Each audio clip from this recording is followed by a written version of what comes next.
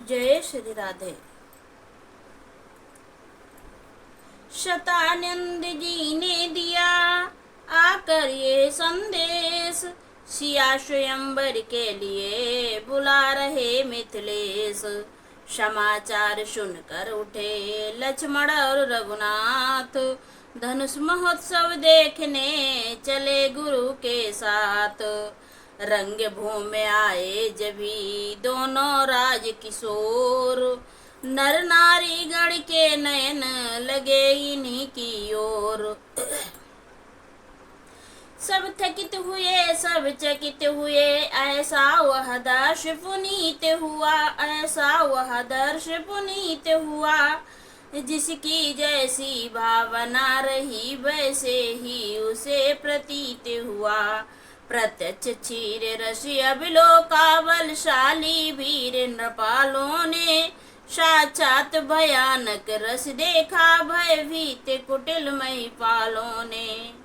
संपूर्ण रौद्र रस एक जगह जब कपटी असुरों ने देखा, श्रृंगार रस तभी पूर्ण रूप मिथिला निवासियों ने देखा।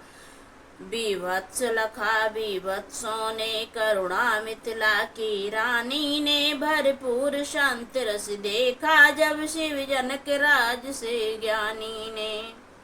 भक्तों ने अद्भुत रस पाया, श्री राम रूप सम्मान देखा। सखियों ने हास्य निहारा तो कवियों ने भी रस हास्य देखा। पहुँचे मंडप में जभी कौशल राज किशोर, चाओ भरी चितवनों से देखा चारों ओर। नीचे सब दर्जों में शोभा बिखरी थी, बिखरी सी पड़ी हुई थी। उत्सव निहारने को जनता सागर की भांति उमड़ पड़ी थी।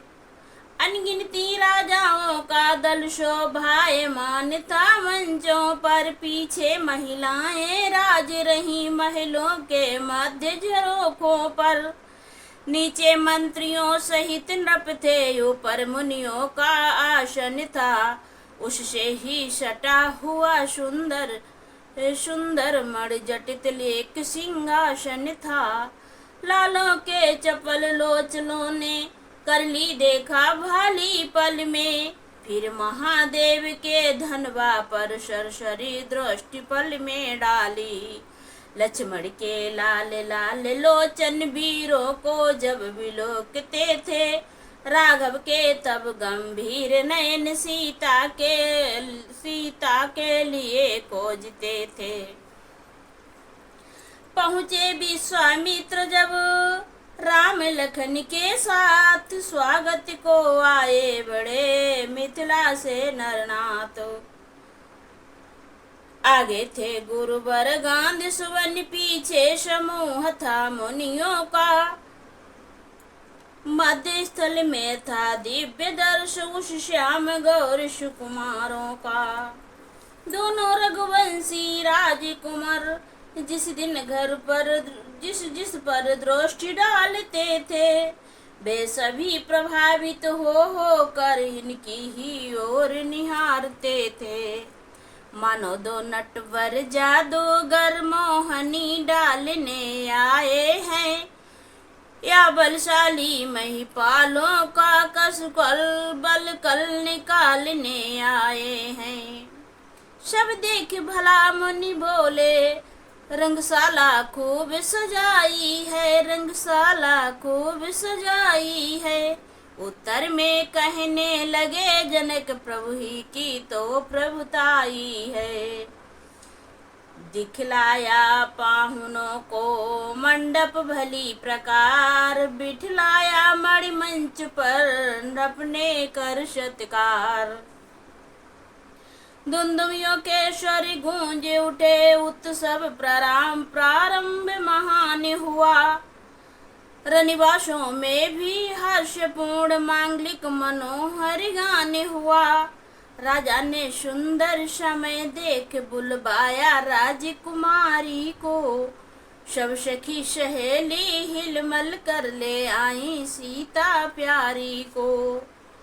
रंग भूमि आई सिया सुंदरता की खान, उपमा मिलती ही नहीं कभी क्या करे बखान। आधुनिक नारियों पर कह कर झूठी कर दी सब उपमाएं, झूठी कर दी सब उपमाएं। अब श्री सीता जगदम्बा को किसके समान हम बतलाएं। फिर मनमानी बातें गढ़कर अपने सिर अपयस ले कैसे, जग जननी जगदम्बा को जग की उपमाएं दे कैसे। स्वर्गीय देवियों को लाए तो रुद्राणी अर्धांगिनी है, रति के समान कैसे कह दे वह भी अनंग की दुल्हन है। बाचाल कहाती सरस्वती इंद्राणी नाथ कलंकी है, इंद्राणी नाथ कलंकी है।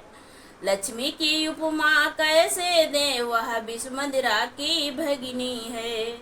इसलिए लोक पर लोक में बेसिर सीता जी लाशानी है।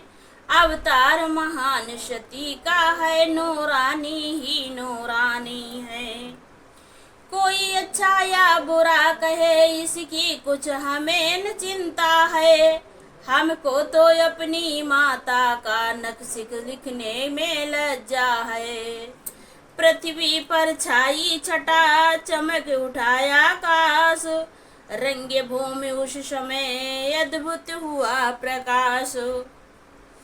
कोमल कमलों से हाथों में सुंदर जयमाला लिए हुए, सुंदर जयमाला लिए हुए।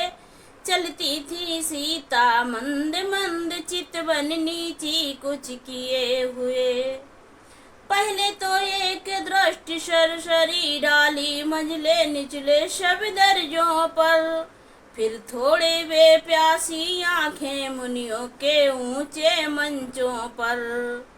उस समय पास में गुरुवर के अपना प्यारा रघुबर देखा, अपना प्यारा रघुबर देखा। थक गई यह मिल सकी नहीं ऐसा ताह सागर देखा। फिर छुपी छुपी नजरों से ही उस छवि को लगातार देखा, उस छवि को लगातार देखा। लज्जा श्रद्धा की आंखों से शर्मा कर बार बार देखा, शर्मा कर बार बार देखा।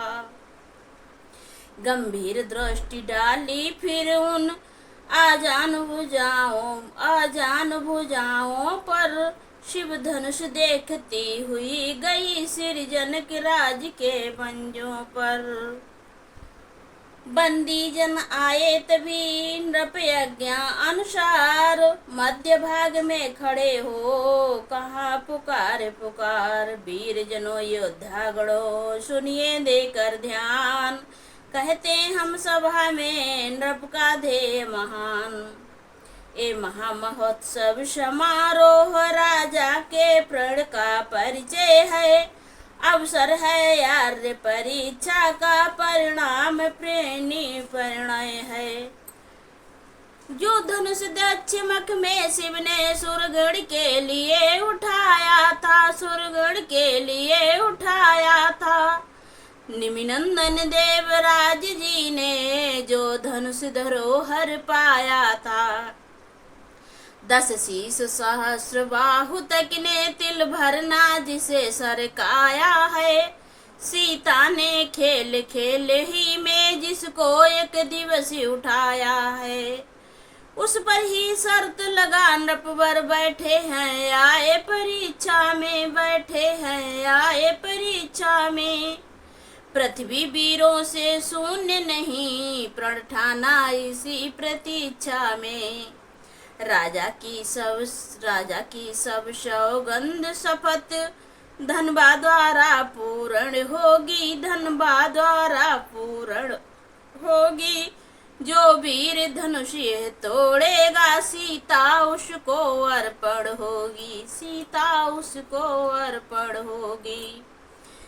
वह देखो है मध्य में शिव का धनुष विशाल, उधर देख लो जानकी खड़ी लिए जयमाल।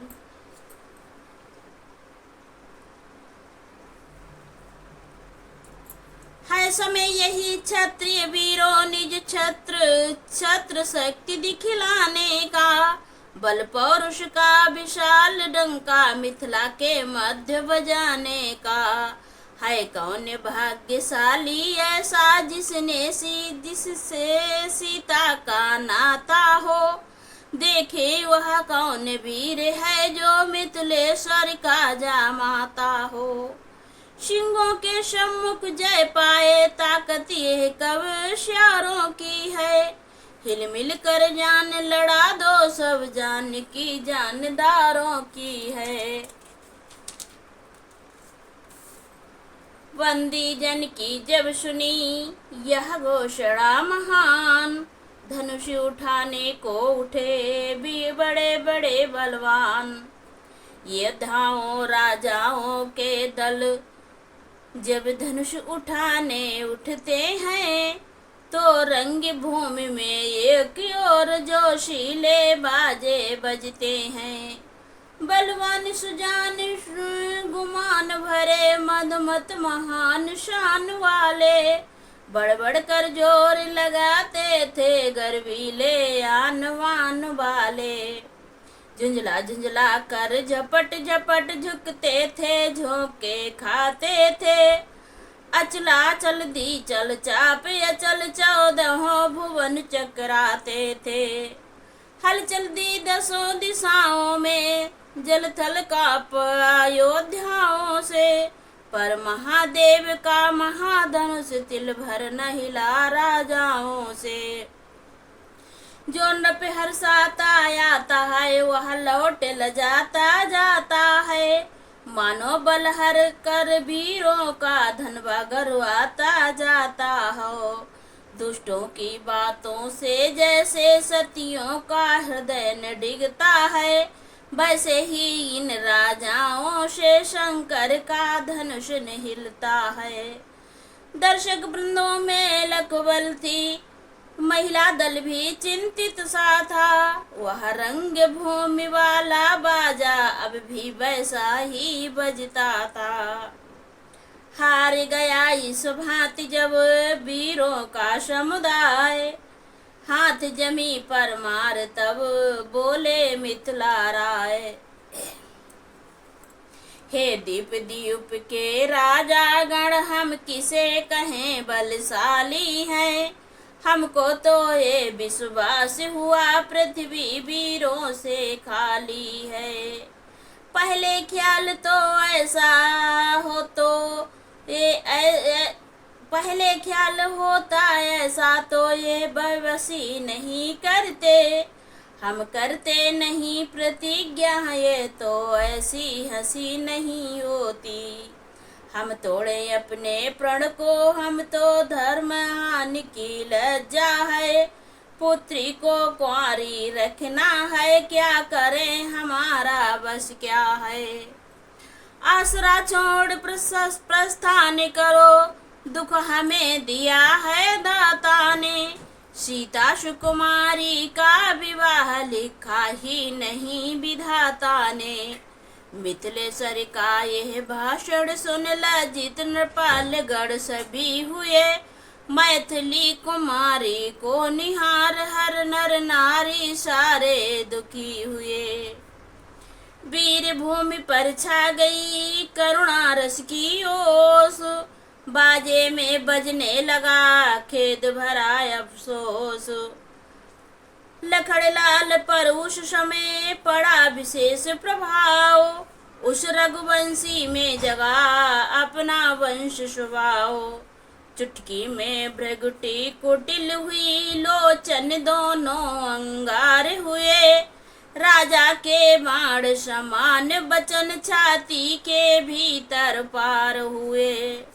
लक्षण वाली बातें सुनकर सूरजवंशी खिसियाए उठा, अपमान जाति का देख देख वह जाति भक्त उकलाए उठा।